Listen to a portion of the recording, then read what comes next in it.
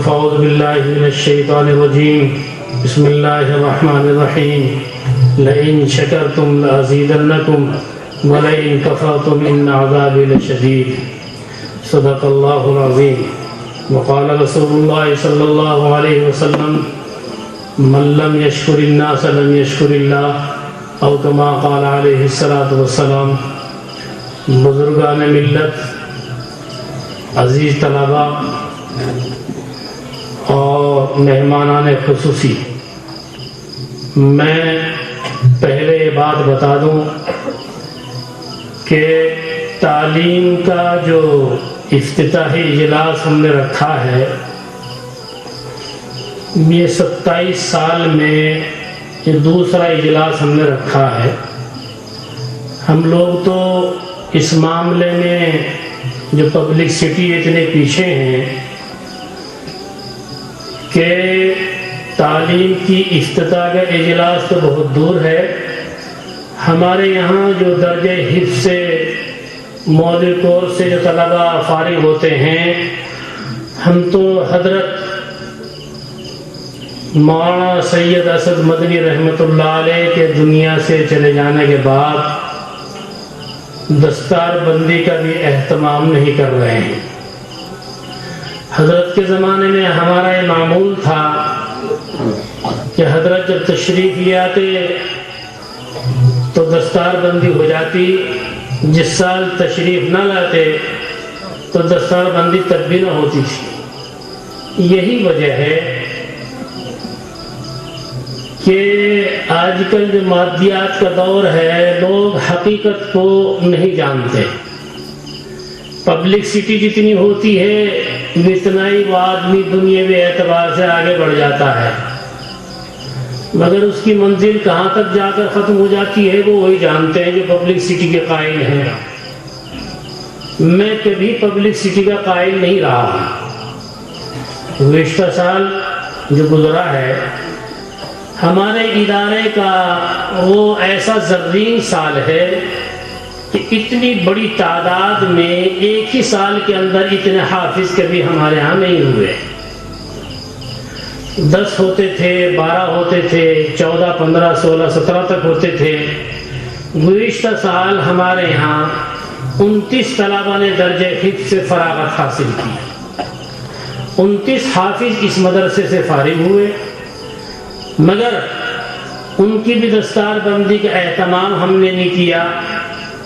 امتحان سالانہ کے اندر ان کو بٹھا لیتے اور یہ کہتے کہ بھائی یہ دستار بندی ہی سمجھو، اگر آپ نے جو قرآن جامعہ سے حاصل کیا ہے اگر اس کو صحیح طریقے سے تم پہنچا دو، اس کو تم تھوڑے سے پیسوں کے بدلے میں اگر نہ بیچو گے تو انشاءاللہ ثم انشاءاللہ تم دنیا میں سرخ روح ہو جاؤ گے۔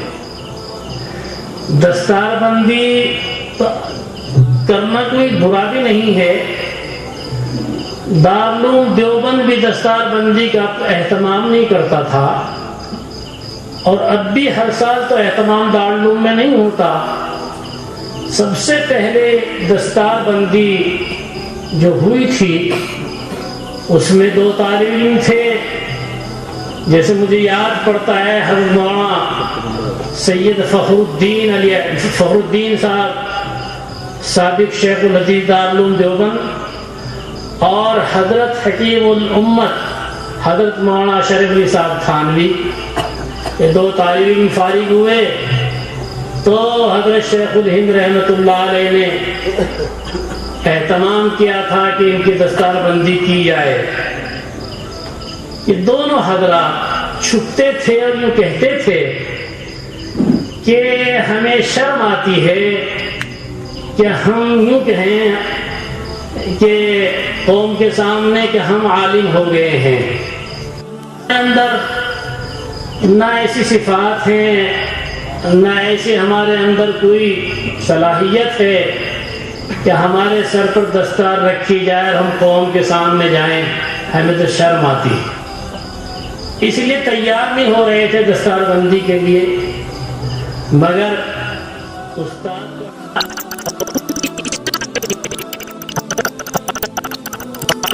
رحمۃ اللہ علیہ کو اللہ نے پہلے سے تیار کر رکھا تھا۔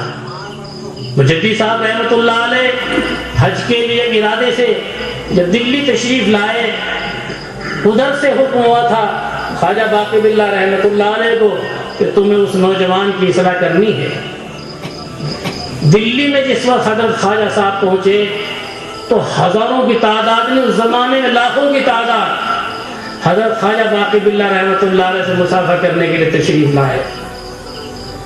مجدد صاحب نے جو حج کے ارادہ کر رہے تھے یہ سوچا کہ جاتے جاتے میں بزرگ سے ملاقات بھی کر لوں، دلی میں آئے ہوئے ہیں۔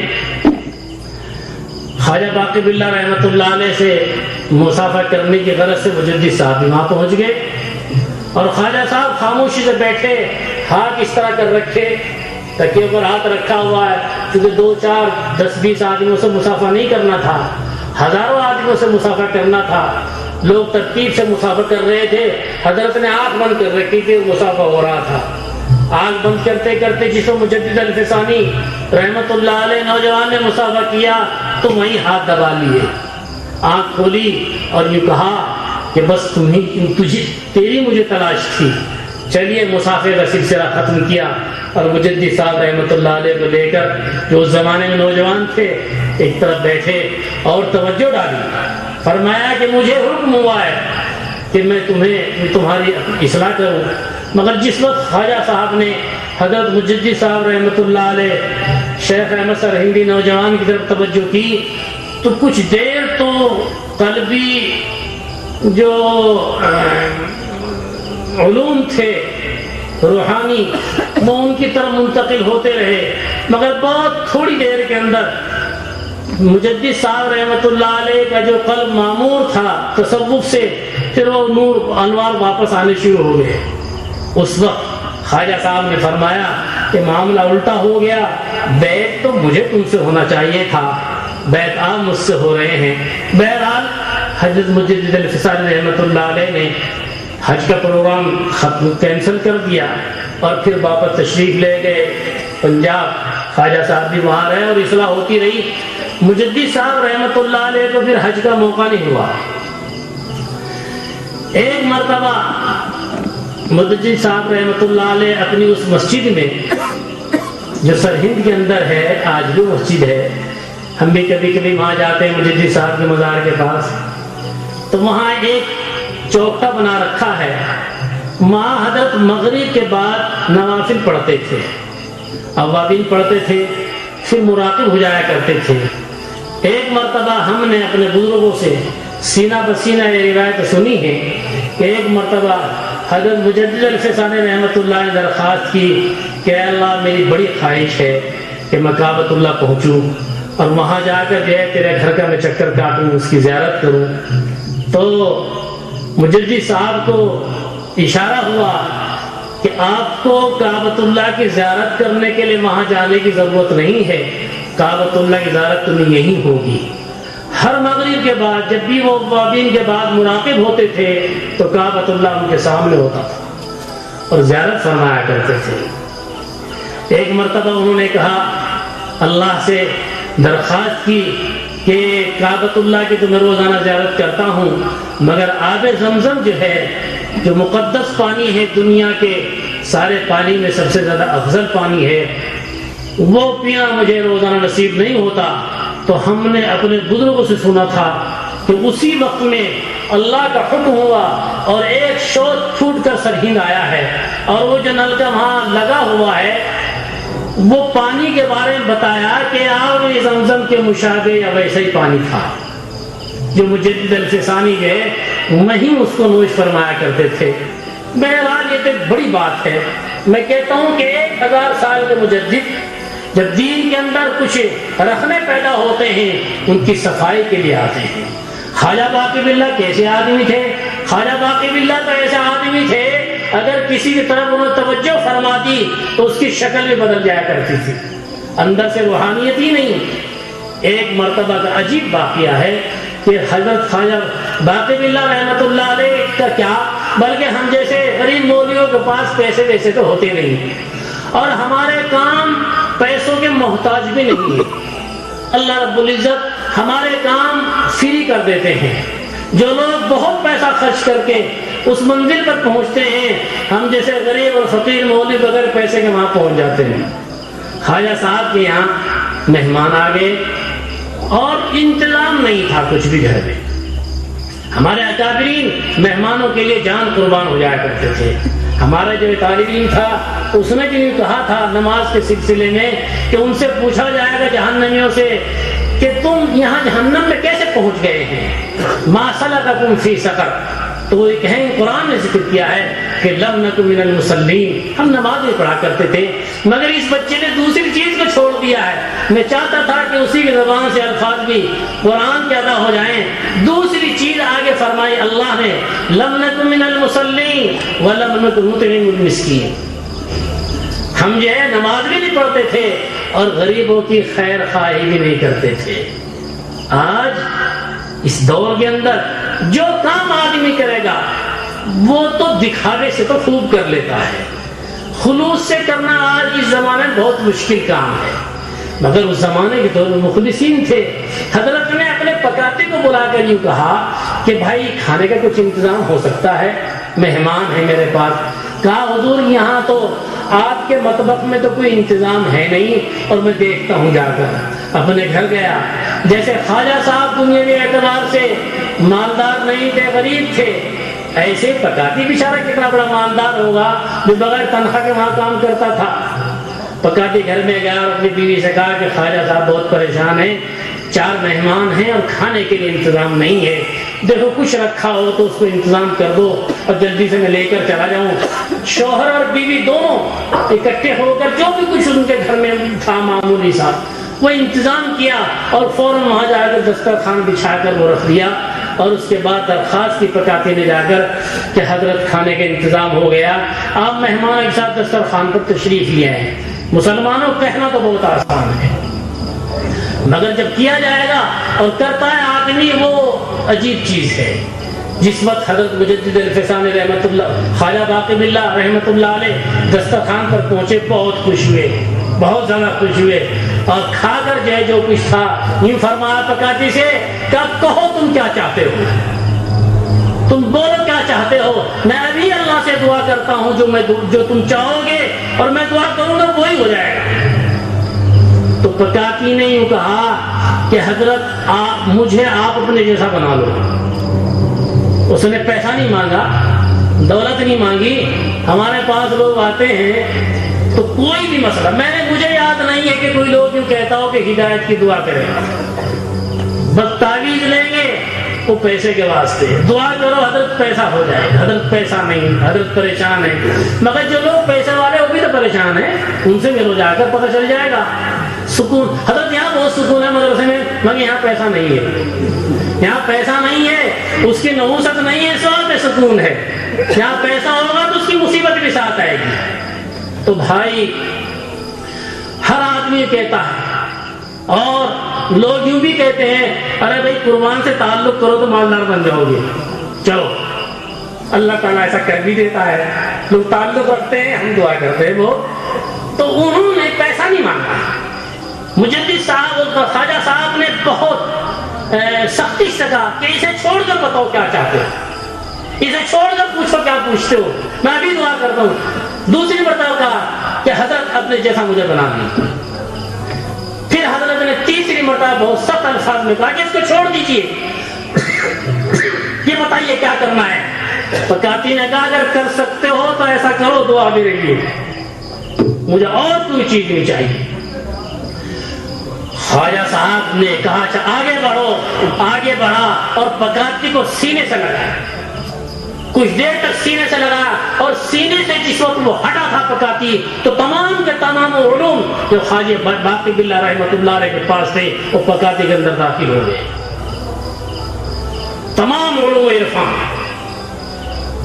یہاں تک تاریخ میں آتا ہے کہ پکاتی کے پاس صرف علوم ہی نہیں آئے تھے بلکہ خواجہ صاحب کی جو شکل تھی ویسی شکل پکاتی کی ہو گئی تھی. اور دنیا پورا پنجاب دیکھنے کے لیے آتا اور پورا ہندوستان جہاں جہاں پر اطلاع پہنچتی وہ کہتے کہ خواجہ کا پکاتی خواجہ جیسا ہو گیا ہے، اور لوگ زیارت کرنے کے لیے آتے، مگر لوگ دیکھتے یوں نہیں پہچانتے کہ میں پکاتی کون ہے اور خواجہ کون ہے۔ صرف علامت اتنی تھی کہ جو ہوش میں ہے وہ خواجہ ہیں اور جو بے ہوش ہے وہ پکاتی ہے۔ بھائی خدمت اس چیز کا نام ہے، خدمت آدمی کرے زبردستی کسی سے کچھ چیز لے لے ناممکن ہے، دنیا کی دولتیں لے سکتا ہے، بڑے بڑے بادشاہوں سے تم جو ہے دولت لے سکتے ہو، مگر یہ علوم جو ہے یہ خدمت کے بغیر نہیں آتے، سیدھی بات ہے۔ تم چاپلوسی سے علم حاصل کرنا چاہو ممکن نہیں ہے، اللہ تعالیٰ تو سب کے قلوب کا حال جانتا ہے۔ ایک بادشاہ کا لڑکا تھا، اس کو دھسک ہو گئی کہ مجھے کیمیا حاصل کرنا ہے۔ کیمیا اس کو کہتے ہیں کہ اگر کسی چیز کو کیمیا کسی کو حاصل ہو جائے تو وہ چیز ایسی ہے کہ اگر لوہے کو لگا دیا جائے تو لوہا سونا بن جاتا ہے۔ اس نے اپنے سارے لوگوں کو جو وزراء تھے ان سے کہا ارے تم تلاش کرو کوئی کسی آدمی کے پاس کیمیا ہے کیا، اس کے بعد ہم حاصل کریں گے۔ ارے سن رہے ہو کہ نیند آ رہی ہے؟ اچھا ماشاءاللہ بہت منظم ہمارے لوگ ہیں، انہی کی برکت سے یہ ادارہ اتنا منظم ہوا ہے۔ تو کسی نے بتا دیا کہ بھائی کیمیا تو آتا ہے اور ایک آدمی ہے، ہم بتائیں گے آپ کو کہ اس کے پاس کیمیا آتا ہے۔ بادشاہ لڑکے نے کہا کہ بتاؤ کون ہے، لے لوں گا میں، میرے سے لینا آتا ہے۔ انہوں نے کہا کہ فلاں ایک جھوپڑی میں ایک فقیر ہے، اس کے پاس کیمیا ہے، کہ صحیح ہے؟ کہ ہاں بالکل صحیح ہے، گارنٹی 100%۔ وہ تو بیچارہ فوراً جو ہے اپنے شاہانہ کپڑے سارے نکال کر جو ہے ایک فقیرانہ انداز میں کپڑے پہن کے دروازے پر حاضر ہوا، السلام علیکم۔ انہوں نے کہا وعلیکم السلام۔ دیکھا تو یار آدمی تو بڑا خوبصورت ہے، ہاتھ پیر بڑے نرم نرم سے۔ کہنے لگے بھائی کس لیے آئے ہو؟ حضرت میں خدمت کرنے کے حاضر ہوا ہوں۔ تھوڑی دیر میں کہا کہ مجھے پانی چاہیے، کہا وہ گھڑے میں پانی رکھا، پی لو، پانی پی لیا، بہت شکر ادا کیا۔ کہنے لے حضرت بھوک بھی لگ رہی ہے کہ بھائی فقیروں کے ہاں کھانا وانا تو نہیں ہے، دیکھو اگر وہاں کی پڑی ہو جو ہے وہ سوکھی روٹیاں اس میں چنگیری کے اندر، تو دیکھو دیکھا کہ سوکھی روٹیاں تھی وہاں، اس نے 2-4 جو ہے ٹکڑے توڑے اور بہت شکر ادا کیا، حضرت یہ تو میرے لیے شاہی ٹکڑے ہیں جو آپ بتا رہے سوکھے ٹکڑے ہیں، اور مجھے تو آپ کی دعا چاہیے اور آپ کی خدمت مجھے چاہیے، آپ کے پیر دبانے کے لیے مجھے مل گئے تو میری دنیا اور آخرت سنور جائے گی۔ اس طریقے انہوں نے باتیں کی تو یہ آدمی بڑا متاثر ہوا، نوجوان ہے اور اتنی طلب اس کے اندر ہے۔ بھائی ٹھیک ہے، رہ گئے رات جب سونے لگے یہ تو انہوں نے پیر دبانے شروع کر دیا، خادم نے انہوں نے پیر پھیلا دیے، پیر دبائے۔ صبح کو جو ہے فقیر جو ہے اپنا کشکول لے کر جانے لگا تو کہا حضور کہاں جا رہے ہو؟ کہا بھائی میں تو مانگ کر لاتا ہوں اور پھر وہ کھا لیتے ہیں۔ تو ہاں نہیں یہ کہا کہ میں تو صبح ڈیوٹی کرتا ہوں کہ یہاں جو گاؤں کے لوگ ہیں ان کے یہاں میں پانی بھرتا ہوں، سب کے یہاں پانی بھر کر آ جاتا ہوں۔ انہوں نے کہا حضور یہ خادم کہنے کے واسطے ہیں، تو ان کی مشق لی اور جا کر کہا مجھے آپ صرف گھر دکھا دیجیے کہاں کہاں پانی بھرتے ہیں۔ بتایا کہ فلاں جگہ پر میں پانی بھرتا ہوں، اور ٹھیک ہے میں نے دیکھ لیے حضور آپ کو تکلیف کی ضرورت نہیں، پانی میں بھروں گا۔ پانی بھر کر آ گیا، پھر اپنا کشکول لے کر گئے، چلنے لگے، آپ کہاں جا رہے ہو؟ کہ ان کے یہاں سے مجھے کھانا ملتا ہے جہاں میں پانی بھر کر آتا ہوں مزدوری میں۔ کہا حضور میں نے دیکھ لیا ہے، میں لے کر آ جاتا ہوں ابھی 5 منٹ میں۔ وہ گیا، سب کے آنے ٹکڑے مانگ کر لیا۔ ہفتہ 10 دن میں خدمت کرتا، رات میں پیر دباتا۔ ہفتہ 10 دن کی خدمت کے بعد انہوں نے کہا کہ بھائی ہمیں کسی باصلاحیت کی تلاش تھی، بس ایک جملہ اور کچھ نہیں کہا۔ یہ سمجھ گیا کہ ہے ان کے پلے کچھ نہ کچھ، اور اپنی جو محنت تھی اور ڈبل کر دی خدمت۔ ہفتہ عشرے کے بعد میں انہوں نے کہا کہ بھائی ہمیں کسی باصلاحیت کی ضرورت تھی اور اس میں آپ باصلاحیت نظر آتے ہیں۔ کہا نہیں حضور میں صلاحیت ولایت میرے میں کچھ نہیں ہے، میں تو چاہتا ہوں کہ زندگی بھر میں آپ کے چرنوں میں پڑا رہوں، مجھے اور کچھ نہیں چاہتا۔ فقیر کو یقین آ گیا، بڑا مخلص آدمی ہے۔ اس کے بعد میں ہفتہ عشرے کے بعد میں کہا کہ میاں آج جو ہے آج وہ ٹکڑے وکڑے چھوڑو، آج تجھے شاندار کھانے تیار کریں گے۔ کہا حضور ہمارے پاس تو کچھ بھی نہیں ہے، انتظام کچھ نہیں ہے۔ کہ نہیں انتظام تو میں کرتا ہوں، ابھی تم جو ہے یہاں جو میں حکم پیتا ہوں اس کی آگ تیار کرو، میں ذرا جنگل جا کر آتا ہوں۔ تو اس نے آگ تیار کر کے جنگل جا کر آیا، کچھ جڑی بوٹیاں لایا اور وہیں ملا لی اس نے، فقیر نے، اور ملا کر کہا ایک تانبے کا وہ سکہ پڑا ہوا تھا، اس سکے کو اس کے اندر رکھا چلن کے اندر، وہ ساری جڑی بوٹیاں اس کے اندر ملا کر، اور اس کے بعد میں حقہ پھیرنا شروع کیا۔ تھوڑی دیر میں کہا کہ اس کو جھاڑ دو آگ کو، تو ایک ہاتھ سونے کا ٹکڑا بنا ہوا تھا۔ تب تو اس کو یقین آ گیا ہے کہ بھائی اس کو تو واقعی تین میں آتا ہے۔ جو بیٹا اس کو جاؤ تم فروخت کرو اس میں زیادہ، اور جو جو تمہیں سامان چاہیے شاندار شاندار کھانے کا انتظام کر جائے۔ اس نے کیا، اور کرنے کے بعد اس نوجوان کے دماغ میں بات آ گئی کہ ابھی یہاں تک پہنچنے میں اتنا وقت لگا ہے، دینے میں تو بہت گھسے گا بھی ہے، یہ تو معلوم ہو ہی گیا کہ اس کو آتا ہے، سمجھے؟ چلو اس کے بعد میں تو یہ ہے وہ اپنا کھا پی کے صاف ہو گیا وہاں سے، اور جا کر شاہی تخت پر بیٹھنے کے بعد میں اس نے پولیس والوں کو بھیجا کہ وہ فلاں جھوپڑی کے اندر ایک فقیر رہتا ہے، اس کو لاؤ پکڑ کر یہاں آ گیا۔ یہ نہیں پہچان بھائی یہ کون ہے، وہ تو جانتا تھا کہ وہ لڑکا تو یہ چلا گیا کہیں گم ہو گیا ہے، اور کچھ شکایت ہوگی یار یہ مجھے کیسے بلا رہے۔ اس بادشاہ نے کہا کہ سنا تم سے کیمیا آتا ہے؟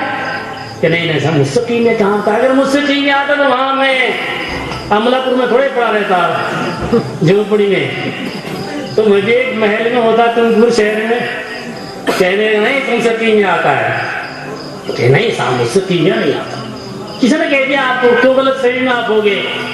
اگر مجھ سے کیمیا آتا میں بھی تم جیسا بادشاہ بنتا۔ کہ مجھے پہچانتے ہو؟ کہ ہاں پہچانتا ہوں، آپ بادشاہ وقت ہیں، بادشاہ وقت کے صاحبزادے ہیں۔ کہنے لگے اچھا ابھی نہیں پہچان رہے ہو تم؟ تو جب یوں کہا تو فقیر نے غور سے دیکھا کہ یہ تو وہی خادم ہے۔ تو فقیر جو ہے بہت یا تو ڈر ڈر کے بیٹھا تھا، یا پھر وہ ادب سے بیٹھے، جس کو آپ بے ادبی کو ادب بولتے ہو نا کرناٹک کے لوگ، آرتی پارتی مار کر یہ بے ادبی ہے، مگر آپ کہتے ہیں اس کو ادب، وہ ادب سے بیٹھ گیا اور یوں کہا کہ آتا ہے مگر پیر دباتے ہوئے آتا ہے، اب نہیں آتا۔ تم گردن اڑا سکتے ہو مگر کیمیا ہم سے حاصل نہیں کر سکتے ہو، صاف کہہ دیا۔ کیمیا آتا ہے مگر پیر دباتے وقت آتا ہے، تخت شاہی پر بیٹھ کر تم حکم سے ہم سے کیمیا حاصل کرو گے ہرگز نہیں آتا ہے۔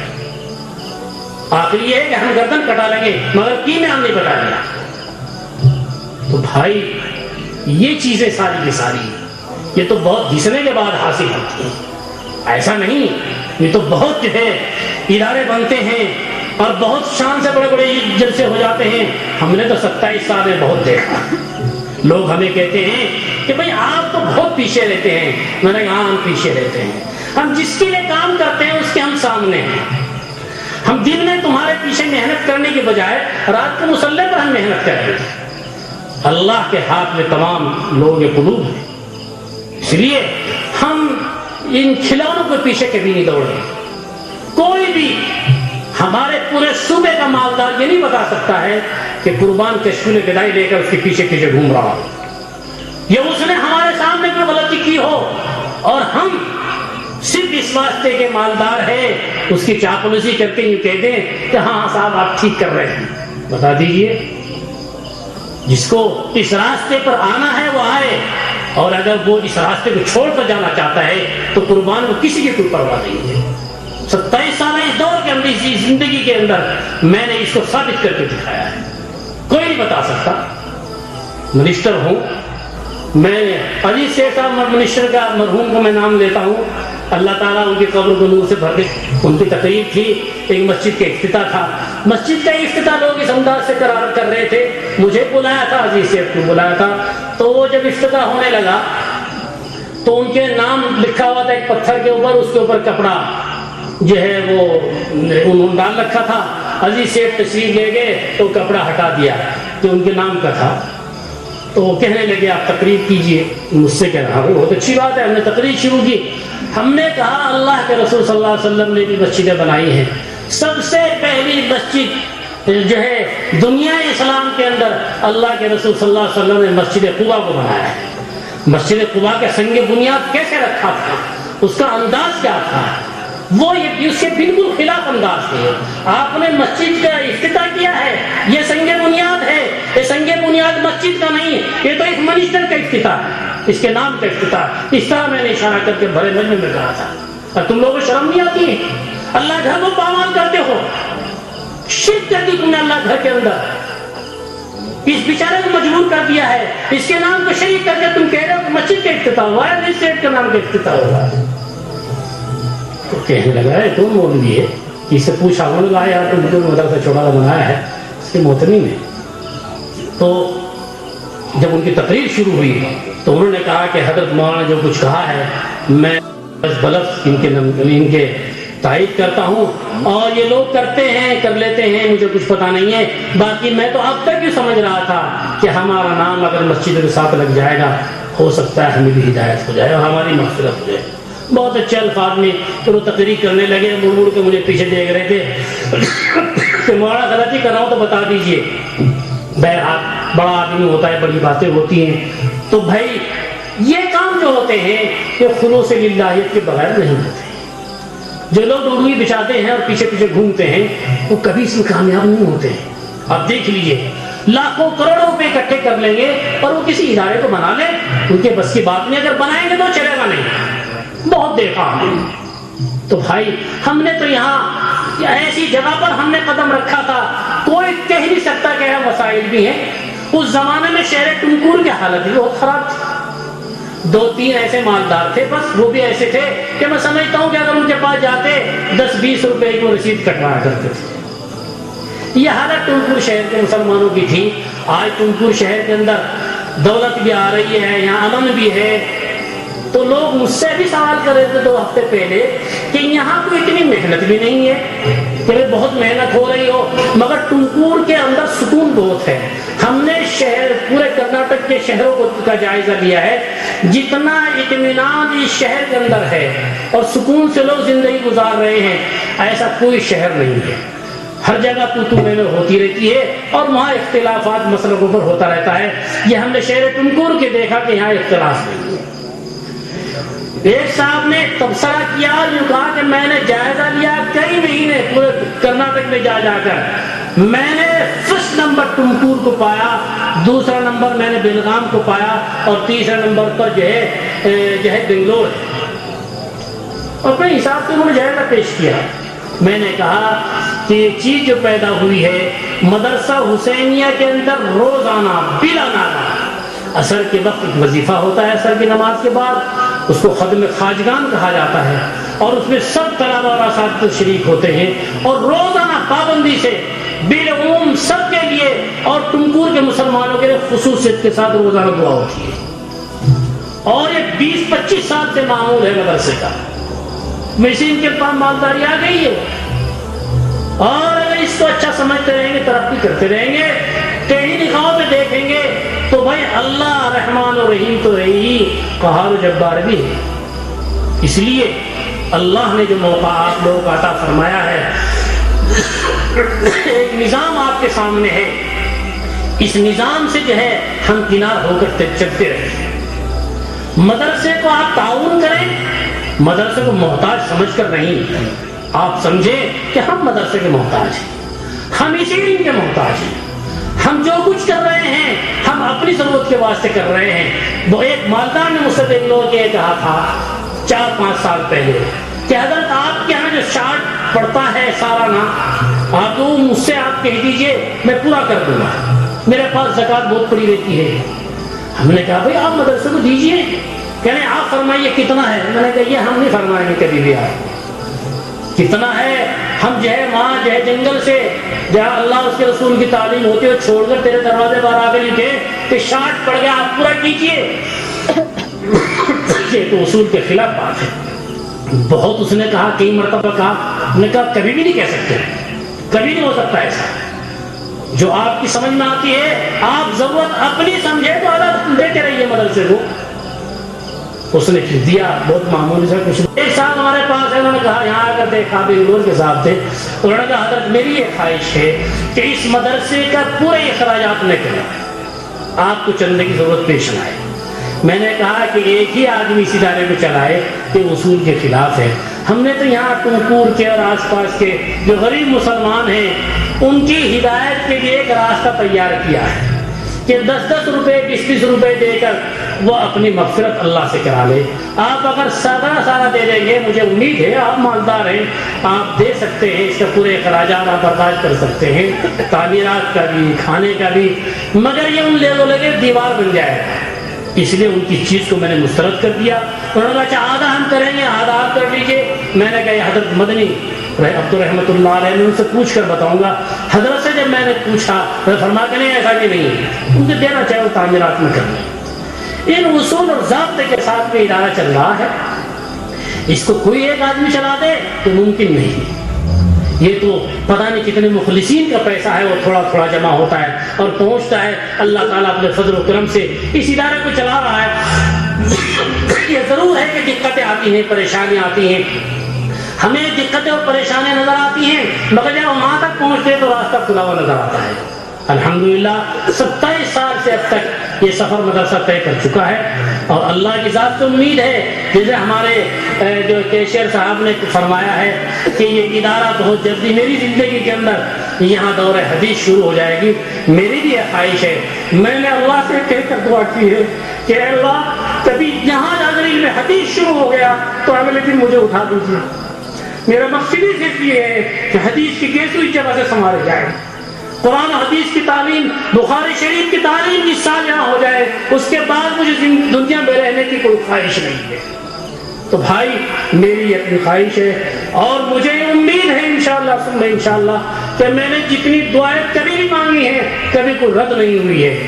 میں نے ادارے کے لیے کعبۃ اللہ کے پردے پکڑ کے اپنے ہر سفر میں دعائیں کی ہیں. اگر مجھے کسی دعا پر رونا نہیں آتا تھا تو میں جامعہ کا نام دے کر جب پردے کو ہاتھ لگاتا تو فوراً دل رو پڑتا تھا. میں نے اپنے اس ادارے کو اپنی اگلوتی اولاد سے بھی زیادہ قیمتی اعتبار سے اس کو میں نے پالا ہے.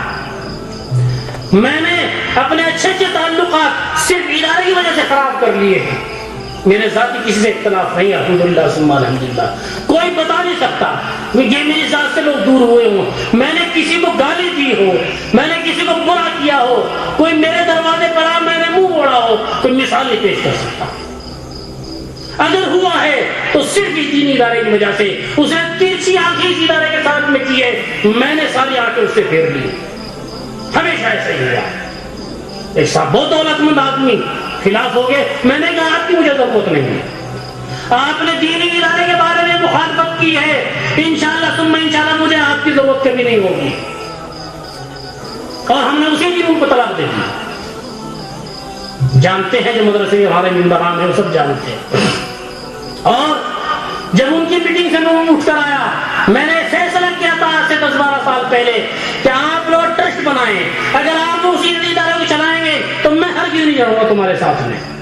تو تم بناؤ ٹرسٹ, میں بناؤں گا تو میں تمہیں نہیں رکھوں گا, طے کرو. انہوں نے کہا نہیں ایسا نہیں ہوگا, پالیسی باتیں کرتے رہے. انہوں نے کہا آپ ٹرسٹ بنا لیجیے. میں نے کہا ٹھیک ہے میں ٹرسٹ بناتا ہوں, آج سے آپ ممبر نہیں مدرسے کے, چھوڑ دیجیے. اور پھر یوں کہا کہ میں غریب آدمی ہوں, میں غریب مولوی ہوں, مجھے میری اگر آپ کو کبھی ضرورت پیش آ گئی ذاتی طور پر تو آپ مجھے آدھی رات یاد کیجیے, میں آدھی رات آ کر آپ پہ کام کروں گا. بالکل آپ سے کہنا حکم کیجیے, مجھے بیگار کروں گا. غلام تو کپڑے کے پیسے تو لیتا ہے, کھانا تو ذمہ دیتا ہے, میں بیگار کروں گا. کسی قسم کا معاوضہ تم لوگوں سے نہیں لوں گا. میں ہر وقت تیار رہوں گا. اور اگر مجھے ضرورت پڑ گئی کچھ آپ سے اس ادارے کی یا آپ سے ذاتی طور پر یا ادارے کی ضرورت ہوئی تو انشاءاللہ ثم انشاءاللہ اس فقیر کو اپنے دروازے پر زندگی بھر نہ دیکھو. تو دعویٰ کیا تھا, اس پر جمے ہیں ہم. بچوں کا کھیل نہیں بات کرنا.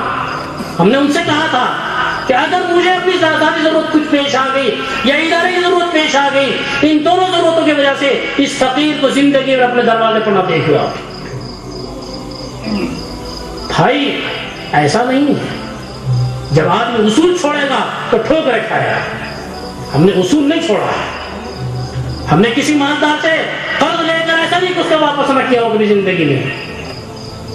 ہم نے ادارے کی عزت کو کسی کی مالداروں کی جھولی میں نہیں ڈالا ہے کہ تمہارے بغیر ادارہ نہیں چلے گا، تم ہی کرو اس کام کو، نہیں ہو سکتا، ایسا ہم نے کبھی نہیں کیا۔ ہم تو اپنے سفیر کو کہتے ہیں، ہمارے جو لوگ رمضان میں جاتے ہیں ان سے میں یہ کہتا ہوں کہ کبھی گر کر چل سوال نہیں کرنا تم لوگ۔ تم یہ نہیں کہنا کسی مالدار کو کہ صاحب آپ نہیں دیں گے تو کام نہیں چلے گا، مدرسہ بہت پریشانیوں میں ہے۔ جو صورت حال ہے وہ صحیح رکھو مسلمانوں کے سامنے، آگے ہدایت دینا اللہ کے قبضے کی بات ہے۔ خوشامد آپ ہرگز نہ کریں اور گر کر آپ چندہ نہ لیتے بھی، فقیروں کو طرح ان سے چندہ مت لیجیے، کوئی ضرورت نہیں ہے۔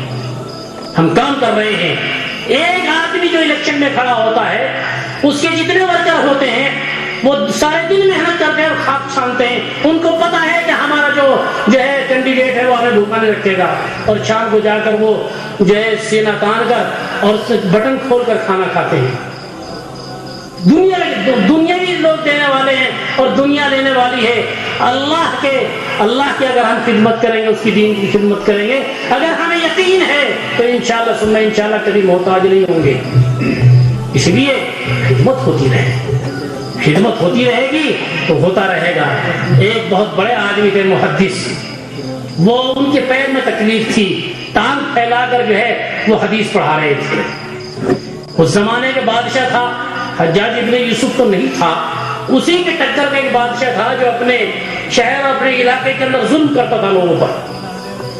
وہ جس راستے سے گزرتا تھا اگر آداب شاہی کوئی بجا نہ لاتا تو وہ فوراً جلاد اس کے پیچھے رہتا، کہتا ہے کہ گردن قلم کر دو، گردن قلم کر دیتا۔ اتفاق کی بات، ایک جلاد جو ہے محدث سے اس کا تعلق تھا، اس نے کہا بادشاہ نے کہ ہم کل فلاں عالم کے پاس جائیں گے جو محدث ہے۔ یہ فوراً بھاگا ان کے پاس کہ حضور، بغور سے سن رہے ہو حضور، کل آپ کے پاس بادشاہ وقت آ رہے ہیں، آپ پیر پھیلا کر جو ہے حدیث پڑھاتے ہیں، آپ کے پیر میں تکلیف ہے، ہمیں معلوم ہے، جس وقت بادشاہ وقت آئیں گے ذرا کھڑا ہو کر آپ ان کے جو ہے آداب شاہی بجا لائیں تو اچھا ہوگا، نہیں تو اس کی عادت یہ ہے کہ مجھے اشارہ کرتا ہے اور میں فوراً گردن قلم کرتا ہوں۔ میں نہیں چاہتا کہ میری ٹیک سے آپ جیسے محدث گردن قلم ہو۔ ہاں سنی انسنی کر دی، ٹھیک ہے۔ اگلے دن بادشاہ آیا، بادشاہ جب وہاں پہنچا تو کھڑا ہو گیا، وہ اپنے پیر پھیلا کر ایک پیر سبق پڑھا رہے تھے، حدیث پڑھا رہے تھے، خوشبو۔ بادشاہ نے کھڑے ہو کر کہا مجھے آپ پہچانتا نہیں؟ کہ یہاں پہچانتا ہوں، آپ بادشاہ وقت ہیں اور ہمارے ملک کی سلطنت آپ کے ہاتھ میں ہے۔ کہ نہیں ایسا معلوم، آپ پہچانے نہیں مجھے۔ مطلب یہ کہ آپ کھڑے نہیں ہوئے؟ نہیں پہچانا، کہ نہیں پہچانا آپ نے؟ کہ صحیح پہچان بتاؤں؟ کیا کہیے کہ آپ ایسے گندے قطرے سے پیدا ہوئے ہیں کہ اگر وہ کسی کے بدن پر لگ جائے تو جب تک اس کو صاف نہ کر لے اس کو سکون نہیں ہوگا آدمی کو، چاہے کیسا بے دین آدمی۔ اس گندے قطرے سے تو آپ کی پیدائش ہوئی ہے، اور جس انداز سے چھاتی نکال کر آپ چلتے ہیں، موت آئے گی اور یہ بدن جو ہے سارے قبر میں جائے گا اور کیڑے مکوڑے سب کھا جائیں گے اس بدن کو۔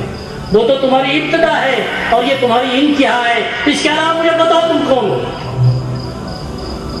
تو چونکہ قلب سے بات نکلی ہوئی تھی، وہ تیر کی طرح کام کی اس کے اوپر، قلب کے اوپر، اور فوراً واپس ہو گیا۔ اور واپس ہونے کے بعد کہا یار ہم تو بہت غلط فہمی میں تھے، واقعی حقیقت تو یہ ہے کہ ہماری حیثیت کیا ہے۔ آج تھوڑا سا عہدہ آ جاتا ہے تو آدمی کا سر گر جاتا ہے، اور سب سے پہلے مولوی کے خلاف کھڑا ہوتا ہے آدمی۔ انہیں یہ پتا نہیں ہے کہ مولوی ہندوستان میں جب کھڑے ہوئے تو سلطنت کا خاتمہ کر دیا ہے۔ ساری دنیا نے انگریز کی مخالفت کی تھی اور تنظیمیں بنائی تھی، نہیں نکال سکے ہندوستان کو آزاد نہیں کرا سکا۔ آزاد کرا تو ہم جیسے مولویوں نے بوری پہ بیٹھ کر اس ملک کو آزاد کرایا۔ تو وہ جا کر واپس اپنے خزانے میں گیا اور پھر اس نے جو ہے بہت سی اشرفیاں دے کر جو ہے بھیجی کہ ان کی خدمت میں بھیج دو حضرت کی، اور ان سے کہو کہ مجھے بہت بڑا آپ نے سبق سکھایا ہے، اس کے بدلے میں یہ خزانے سے میں آپ کے پاس بھی دولت بھیج رہا ہوں۔ وہ لے کر آئے، حضرت سبق ہی پڑھا رہے تھے، کہنے کیا ہے کہ بادشاہ نے ہدیہ بھیجا ہے، کہ کیا ہدیہ ہے کہ اشرفیاں ہیں؟ فرمایا کس لیے کہ آپ کو ہدیہ دینا چاہتے ہیں۔ انہوں نے فرمایا جاؤ پھینک دو اس کے خزانے میں، پھینک اس کے خزانے میں جا کر یہ ہدیہ، وہ ہدیہ لیں گے ہم۔ اور یوں فرمایا ہے کہ من مد رجلہ لا یمد یدہ، جو آدمی کس کے سامنے پیر پھیلاتا ہے وہ ہاتھ نہیں پھیلاتا، جو کسی کے سامنے پیر پھیلا لیتا ہے وہ کبھی ہاتھ نہیں پھیلاتا۔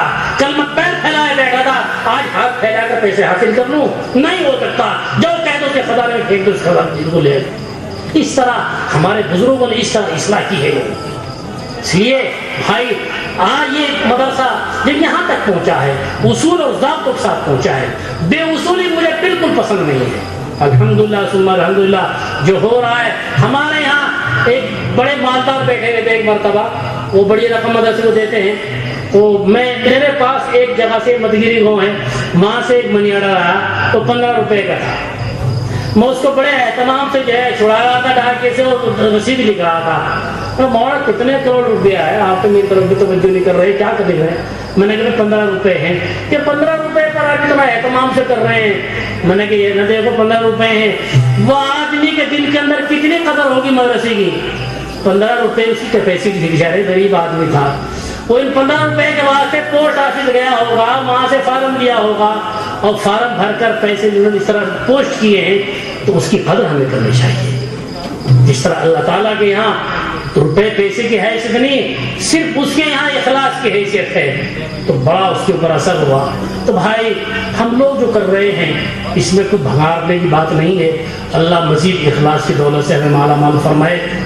میں تو کر بھی رہا ہوں، جو کام آپ کا وہ بھی میں کر رہا ہوں، جو میرا کام وہ میں کر رہا ہوں۔ افسوس ہے ٹنکور کے مسلمانوں پر، نہ وہ اپنی ڈیوٹی کر رہے ہیں، ہماری ڈیوٹی تو کیا کرتے ہو؟ مولوی چندہ کرنا ہے، تعمیرات کرنا ہے، تو مولوی کا کام تھا کبھی؟ یہ علماء کام نہیں تھا۔ علماء کام تو محنت سے سب جو ہے مطالعہ کرنا اور سبق پڑھا دینا، یہ کام تھا علماء کا۔ یہ تو پبلک کا کام تھا جو پبلک کرتی۔ ہم نے کمیٹی بنائی تھی اور کمیٹی کو سارے عہدے سونپ کر رکھے ہم نے زمانے تک، مگر کچھ نہیں ہوا، لا حاصل۔ مجبور ہو کر ہم نے وہ بھی اپنے ذمہ ڈال دیا ہے۔ دونوں کام جو آپ کے کرنے کا تھا وہ بھی میں کر رہا ہوں، جو میرے کام کرنے کا تھا وہ بھی میں خود کر رہا ہوں۔ اس کے اوپر آپ تشریف لے آئے، پھر بھی میں آپ کا احسان مند ہوں، آپ کا بہت شکر گزار ہوں۔ آپ حضرات تشریف لائے بہت مختصر دعوت پر، بہت تھوڑے سے وقت میں۔ میں یہ بتانا چاہتا تھا کہ ہم نے پروگرام کیوں رکھا ہے، یہ بات وجہ بتا کر اپنی بات ختم کرتا ہوں۔ ہمارے یہاں 15 اگست کو جو ہر سال ہمارے یہاں یوم آزادی منایا جاتا ہے، چونکہ ہم مادرزار جمعیت علماء ہیں، سیکولر لوگ ہیں، جمعیت علماء ہند نے اس کو جو ہے آزادی کو اپنے ذمے لے کر اس کو پائے تکمیل تک پہنچایا۔ کتنے علماء نے جو ہے گردنیں کٹوا دی آزادی کی وجہ سے۔ تو آزاد ہونے کے بعد آزاد ہندوستان کی آزادی خوشی منانا یہ مسلمانوں کا زیادہ حق ہے۔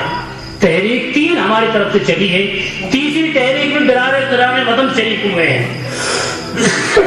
پہلی 2 تحریکیں جو انگریز کے خلاف ہوئی وہ تو خالص مسلمانوں نے، بلکہ 3 تحریکیں۔ ایک تحریک ٹیپو سلطان شہید نے کی تھی، ان کے شہید ہونے کے 3 سال کے بعد میں جب انگریز نے کہا سارا ملک ہمارا ہے، تو حضرت شاہ ولی اللہ محدث دہلوی رحمۃ اللہ علیہ کے بڑے صاحبزادے کے فیصلے پر دوسری تحریک چلی۔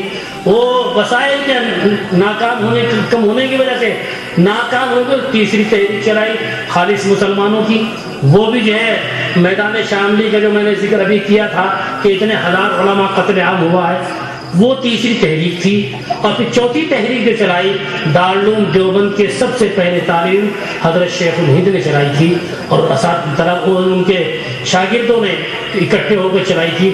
اس تحریک کے اندر پھر مہاتما گاندھی کو شریک کیا اور پھر یہاں کی برادران وطن کو شریک کیا۔ دونوں قوموں نے مل کر جو ہے پھر اس آزادی کو مکمل کیا ہے۔ اصل بانی اس آزادی کے حامی لوگ ہیں۔ ہم اگر آزادی منا رہے ہیں، ملک آزاد ہو گیا، آزاد ہونے کے بعد ملک کو بعض لوگ تقسیم کرنا چاہتے تھے، جمعیت علماء ہند اس کے خلاف تھی، مسلم لیگی اور یہ مسٹر جینا اس پر مصر تھے کہ ہمیں جو ہے ملک تقسیم ہونا چاہیے۔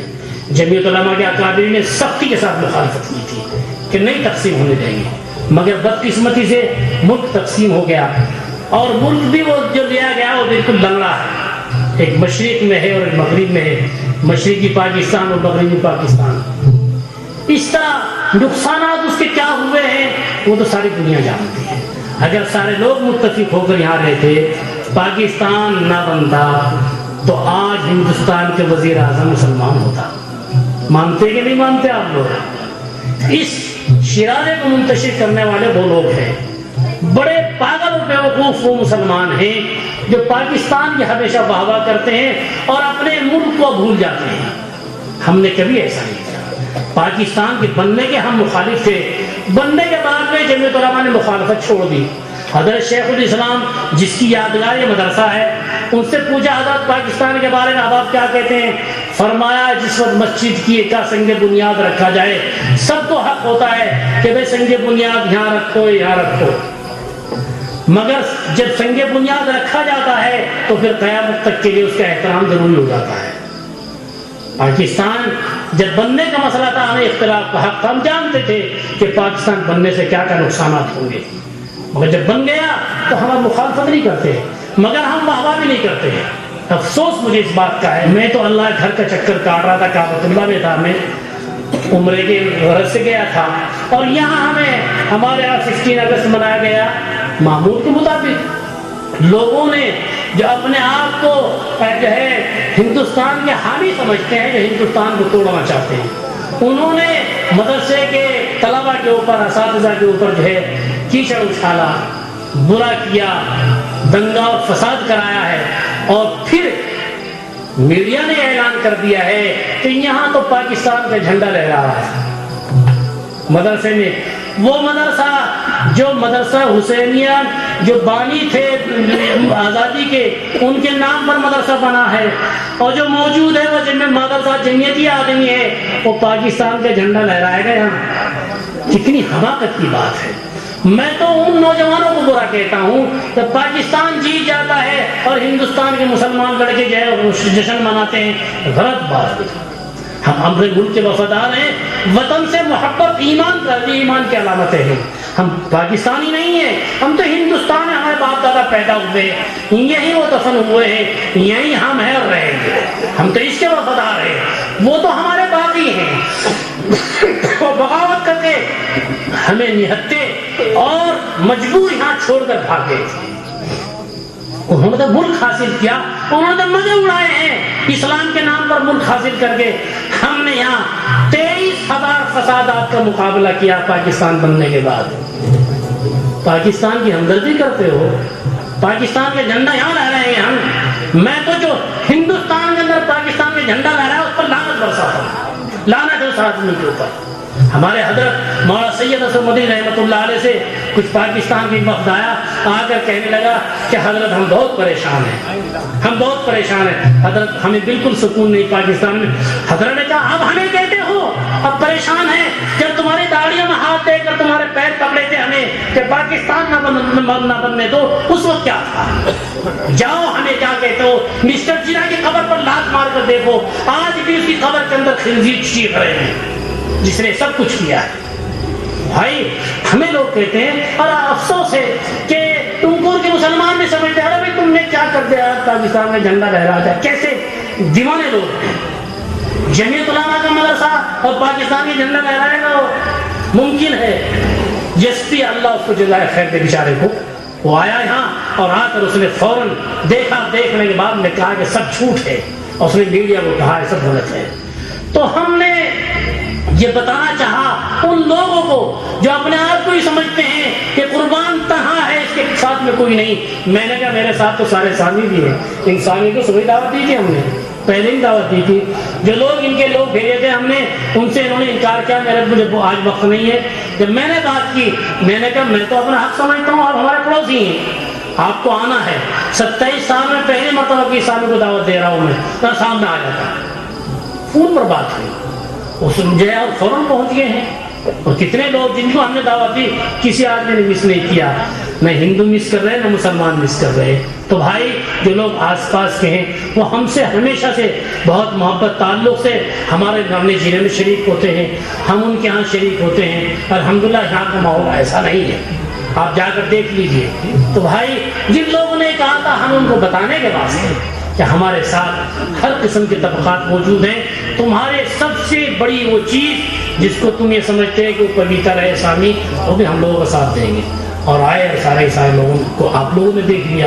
اس واسطے میں نے تعلیم افتتاح کے نام پر جو ہے یہ ایک اجلاس رکھا تاکہ جو ہے سب کو پتہ چلے۔ ایسا نہیں ہے کہ دوسرے جھنڈوں کو یہ لہرائے گا، ہمارے پاس ہمارے جھنڈے موجود ہیں، ہمارے پاس ہمارے ملک کا جھنڈا ہے، ہمارے پاس جمعیت علماء کا جھنڈا ہے۔ ہم تو یہ تو جمعیت علماء کے جھنڈے کو لہراتے ہیں اگر جمعیت علماء کا پروگرام ہوتا ہے، اور جب ہمارا ایسا پروگرام ہوتا ہے نیشنل پروگرام تو نیشنل فلاگ کو لہراتے ہیں۔ کبھی کوئی مثال ہی نہیں، کسی کو دکھانے کے لیے تھوڑے کرتے ہیں ہم لوگ، کرتے رہیں گے انشاءاللہ۔ اللہ تعالیٰ مجھے اور آپ کو سبھی کو جو کچھ ہو رہا ہے جو وہ اللہ کے فضل سے ہو رہا ہے مزید کرنے کی توفیق عطا فرمائے۔ بھائی جیسا ہمارے مولانا نے کہا تھا کہ بھائی آپ مدرسے کا ہر طریقے سے تعاون کریں، اس میں مدرسے کا تعاون ہی اپنا تعاون ہے۔ آپ مدرسے کی ہر دعا میں شریک رہیں گے، اللہ تعالیٰ مجھے اور آپ کو سبھی کو اعمال صالحہ کی توفیق عطا فرمائے۔ آخر میں پھر میں آپ کا شکر گزار ہوں کہ آپ لوگ ایسی سردی کے اندر تشریف لائے ہیں، کھانے کا انتظام ہے، جو ہندو بھائی آئے ہیں ان کے لیے ویج کا انتظام ہے، اور جو ہمارے لوگ ہیں وہ جو چاہے کھا لیں، ویج کھائیں نان ویج کھائیں، مدرسہ ہر طریقے سے آپ کی میزبانی کرنے کے لیے بالکل جو ہے تیار بیٹھا ہے۔ اللہ تعالی ہم سب کو عمل کی توفیق عطا فرمائے۔ دعا کریں اللہم صلی علی سیدنا و حبیبنا شفیعنا محمد مبارک وسلم۔ یا اللہ ہمارے گناہوں کو معاف فرما، یا اللہ خطاؤں سے درگزر فرما، مقاصد حسنہ میں کامیابی عطا فرما۔ یا اللہ جو ہو رہا ہے اس کو پسند فرما لے، اے اللہ جو ہم نہیں کر پا رہے ہیں یا اللہ وہ ہم سے کرا دیجئے۔ یا اللہ تیری تو وہ طاقت ہے، یا اللہ جن سے جانور نہیں چرائے جاتے تھے ان سے تو نے جو ہے سمندروں کو چلوا دیا ہے۔ یا اللہ حضرت عمر رضی اللہ تعالیٰ جیسی طاقت آپ نے ایسی پیدا فرمائی۔ یا اللہ ہمارے یقین ہے ہم کتنے بھی نہتے ہوں اگر تو کام لینے پر آئے گا، اللہ تیری طاقت بہت بڑی ہے۔ یا اللہ تو اپنا کام لے لے۔ یا اللہ ہم بہت تیرے لاکھوں احسان مند ہیں کہ اللہ تو اپنی خدمت کے لیے ہمیں لگائے ہوئے ہے۔ یا اللہ جس طرح تمہیں لگایا ہے یا اللہ قبول فرمانا بھی تیرا کام ہے۔ یا اللہ جو لوگ یہاں اس سردی کے موسم میں ٹھنڈ میں بیٹھے، یا اللہ ایسے وقت میں جب سب لوگ اپنے گرم بستروں میں سو رہے ہیں، یا اللہ یہ تقریر سن کر تیرے سامنے ہاتھ پھیلائے ہوئے ہیں، اے اللہ ان کے اپنے جتنے مقاصد ہیں یا اللہ سب میں کامیابی عطا فرما۔ جو لوگ جس اعتبار سے پریشان ہوں یا ان کے خاندان ہوں یا اللہ ان کی پریشانیوں کو خاتمہ فرما۔ یا اللہ ہم سب کو ایک اور نیک بنا دے۔ یا اللہ جتنے دینی ادارے چل رہے ہیں تجھے ان کا چلنا پسند ہے تو اللہ سب کو دین دنیا چونی ترقی عطا فرما۔ یا اللہ انہیں اداروں کی سنہری زنجیر کی کڑی اللہ جامعہ عربیہ حسینیہ بھی ہے، یا اللہ اس کو بھی ترقیات سے مالا مال فرما۔ یا اللہ اس کی جتنی ضروریات ہیں یا اللہ سب کو اپنے خزانہ غیب سے پوری فرما۔ یا اللہ اس کی کفالت فرما لے، یا اللہ کفالت کے ذمے اپنے ذمے اس کو لے لے۔ یا اللہ ہم سب کی دعاؤں کو حضور اکرم صلی اللہ علیہ وسلم کے صدقہ و طفیل میں قبول فرما۔ جن لوگوں نے اللہ دعاؤں کے لیے کہا ہے لکھا ہے ان کا ہم پر حق ہے کہ وہ یا اللہ ہم سے مدرسے والوں سے دعا کی امید رکھتے ہیں، ان سب کے مقاصد میں کامیابی عطا فرما۔ صلی اللہ تعالیٰ علی خیر خلق سیدنا محمد وآلہ وصحبہ اجمعین۔ بغیر کھائے کوئی نہ تشریف لے جائے۔